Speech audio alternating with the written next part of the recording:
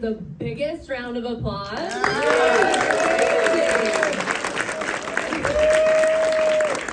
come on up here. We've got our filmmaker here, so that's amazing. So why don't you go ahead and introduce yourself and tell us where you're from, where you live, where you traveled from, and how you're involved in the film. Yeah.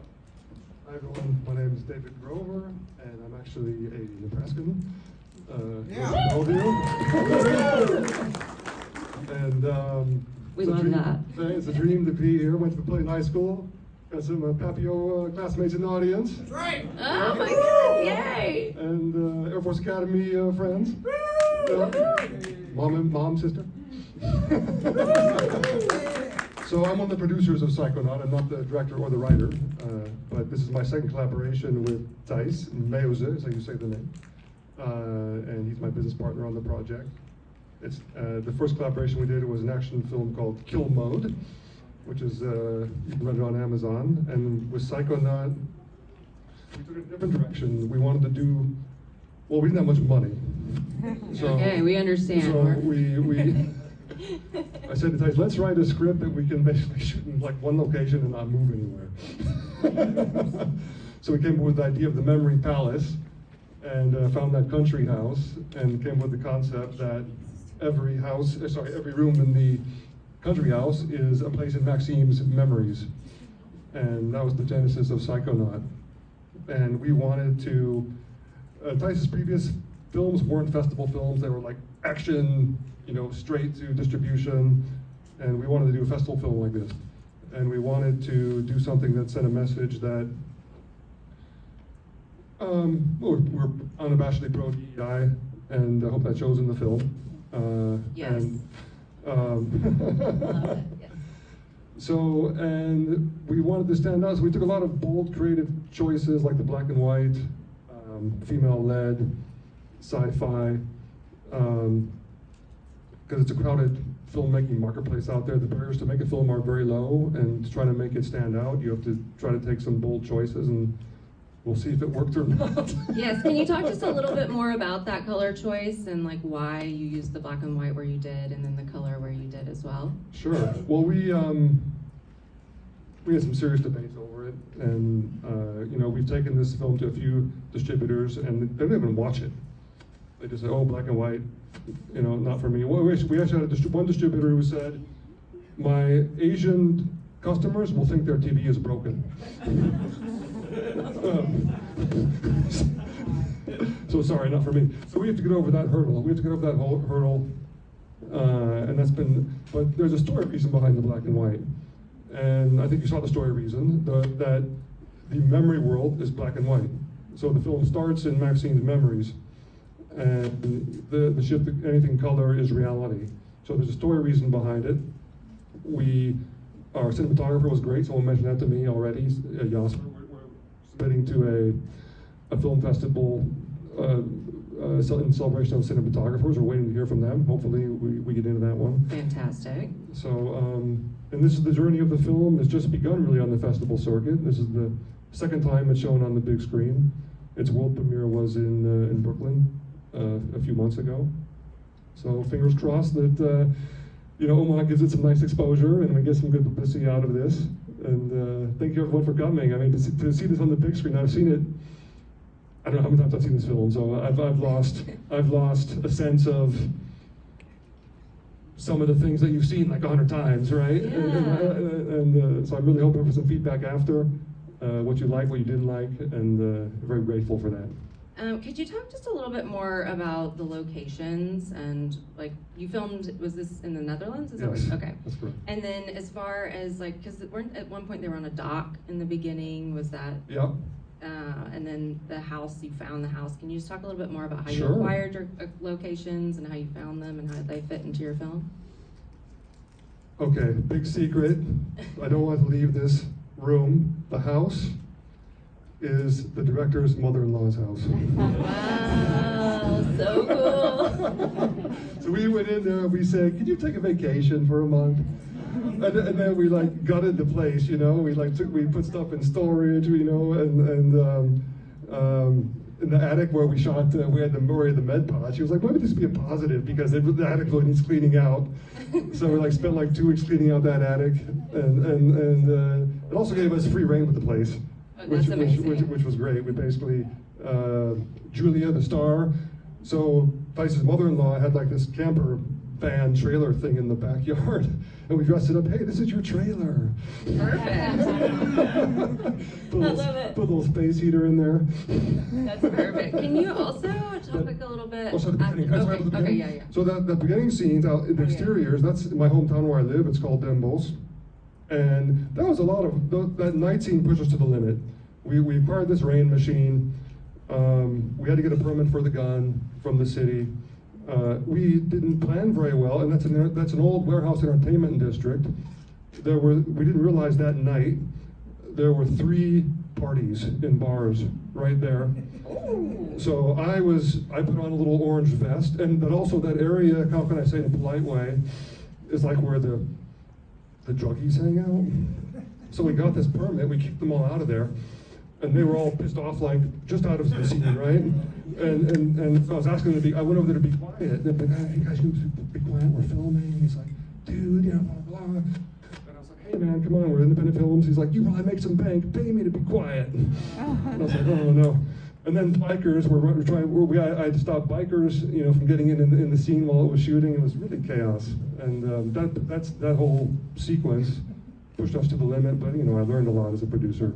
Like, before you book a location, make sure there isn't like 3 simultaneous parties just going right outside your shooting location.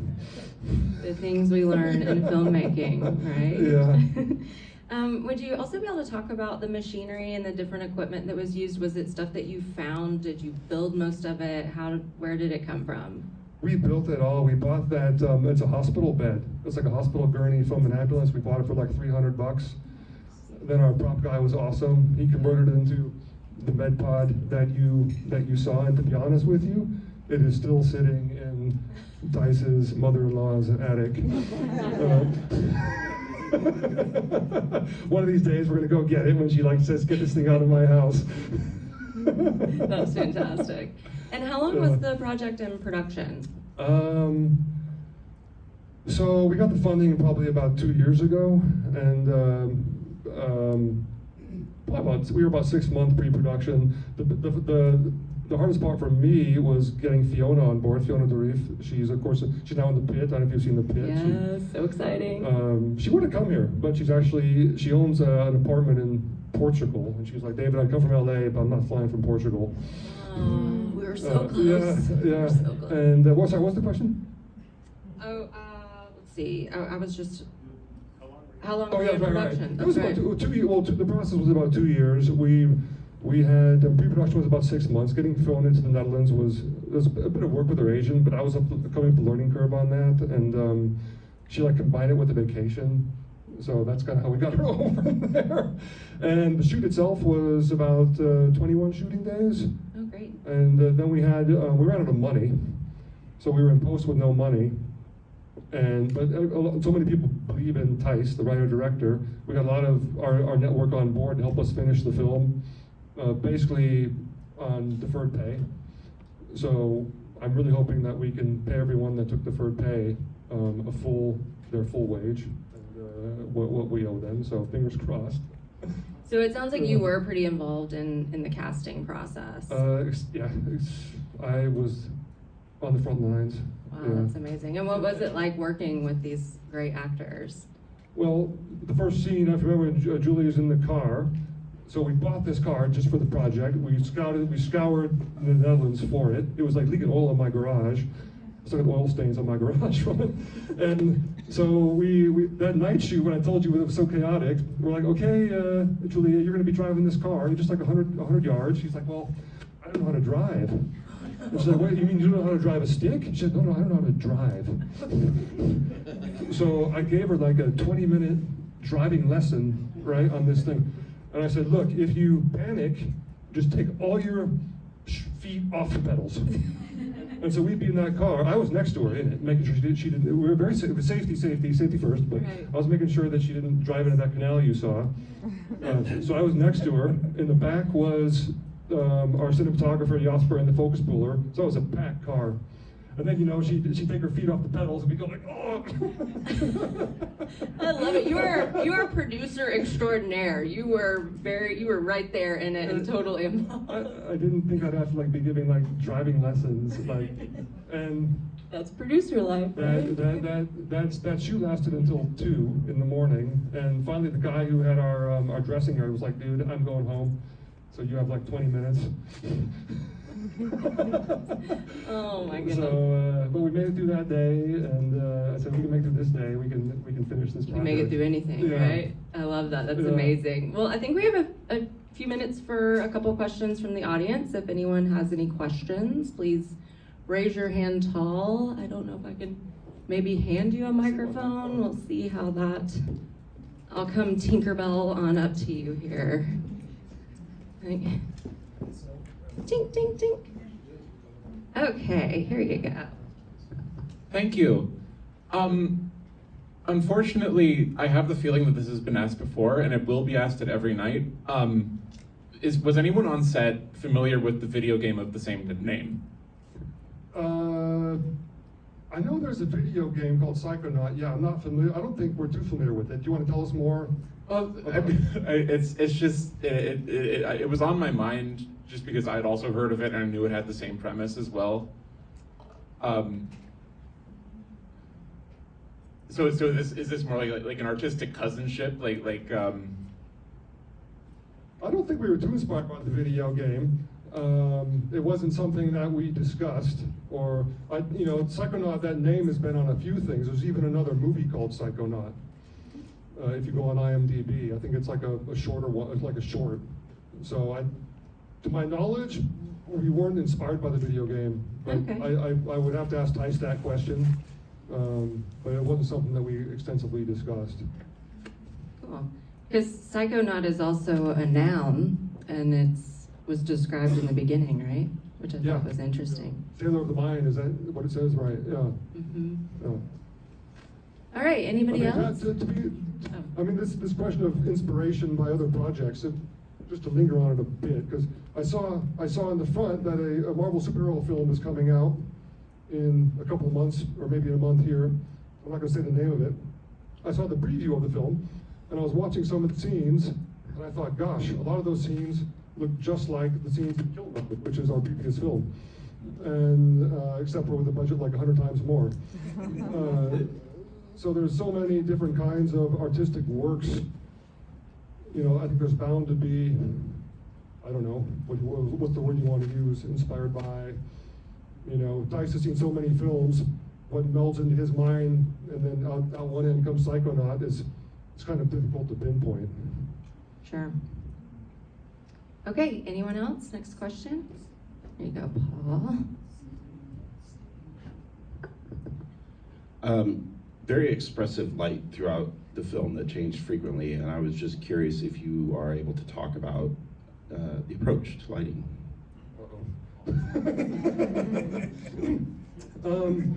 Well, I'll try to. I'm not a lighting expert. We had a couple of guys that were amazing gaffers and lighting people. We just tried to make it kind of almost a homage to film noir. I hope that came through with all the kind of lampshades and what do you call that? The lampshade lighting or blind lighting, and the first scene.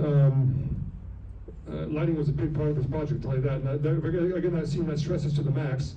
One of our gaffers, Eric, he had this screwdriver, and I saw him unscrewing like a little base plate on the street lamps. And I was like, "What are you doing?" I said, I'm disconnecting all these city street lights. And I was like, "What?"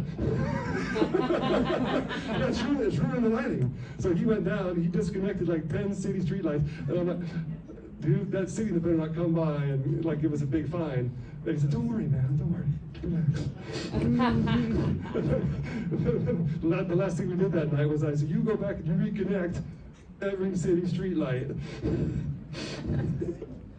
So I'm trying to answer your question. I don't know if I'm telling a funny story without really knowing more technical stuff. We like fun stories. We love fun production stories, so that works perfectly. All right, we've got another one. As long as we have a thoughtful question, we don't want any, what did you shoot it on, or what was your budget? Like digital stuff. So with the dream quality of it, a lot of scenes blended into each other.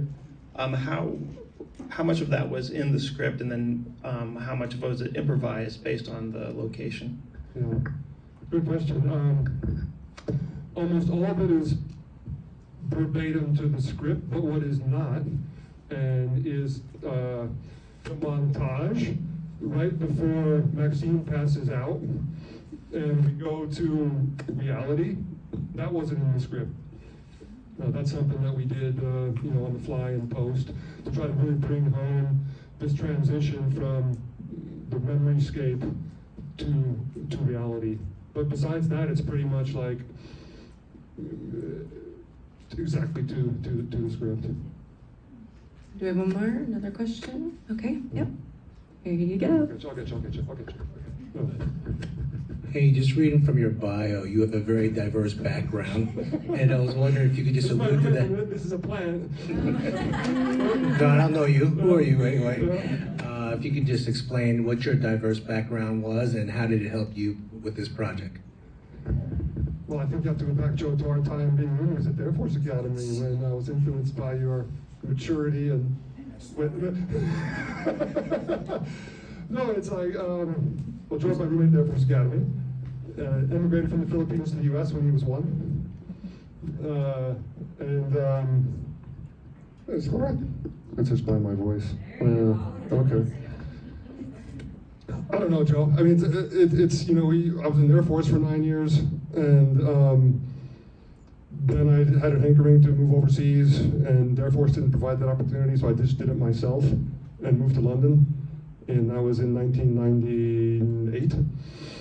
And I got to experience that culture, and it's the British culture was, I found, accepting of me and accepting of a lot of London is just an international melting pot. It really is. And then I lived in New York for a year, and that was an international melting pot.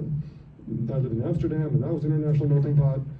So it just influenced me to be accepting of different beliefs, different cultures, different ways of living, and that's kind of how I try to live my life. Sometimes not successfully, sometimes more successful. And meet a guy like Thijs, the director, who says, "Hey, let's make some movies together." Now we've made 2.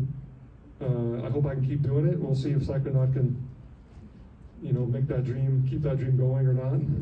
I've answered the question, Joe. I love that. That's great. Okay, Cody, did you have a question? Wait. Yeah. I love to see filmmakers all over the world, and I know that filmmaking is very different depending on where you are in the world. And one of the credits I saw was video mapping. Do you know what that position was for you guys in the Netherlands? I'm very curious. I sure do. Yeah. So our video mapper. I don't know if you remember this. Do you remember the cracks in the wall? Yeah. So that's all video mapping. We tried to do almost everything as little CGI as possible. But the video, to do those cracks in the wall, that's the video mapper. He did those cracks in the wall. And then you remember the scenes when Fiona is talking about when she was in the convenience store and you saw behind her the shadows? That was our video mapper. He was doing those shadows of that when she was talking about how the lady got shot and then she helped her. I just remember that part of it. He was on, the video mapper was on set. Yeah, he sure was. Yeah. Okay, we have one more question. Anybody? Okay. Oh, right here. How did the production build a relationship with Fiona? How did you guys get introduced? So, good question. So my co-producer Mona, his last name is Townhout. If you translate that, Gardenwood. Mona Gardenwood. He had a friend of his that we both knew had worked with Fiona on a project must have been 15 years ago, something like that. And so he got us in touch with the casting director in the U.S., Ivy Eisenberg, and she put me in touch with Fiona's agent, whose name was Steve. And I had never negotiated with a SAG actor with an agent. Like, it's totally foreign to me. And so, but based on this, via this other Dutch producer, he vouched for us, and he said, this is a real project. They have money in the bank. Take him serious. And the agent did. And so I negotiated this deal, and I remember Fiona came over, and I was like, man, Steve took me to the cleaners. And Fiona's like, Dave, you didn't take it to the cleaners, and I'm over here because I want to go on vacation too, so relax. And she was, just working with her was, the hard part of it was negotiating the deal with the agent. Once that was signed, everything was, she was so easy to work with and so professional. And we have to sign these daily forms. SAG requires you to sign these daily forms, like did she get her breaks? Did she get her meals? Did we not overwork her? And we didn't do that, but she was so cool about just signing off and was really one of the team. She's really one of the team, and we're still in touch a lot, and hopefully I get to work with her again. Awesome. Well, thank you so much, David. We are so excited that you're here, and we're just so thankful that your film is here as well. And we all really loved it. And can we just give him one more big round of applause?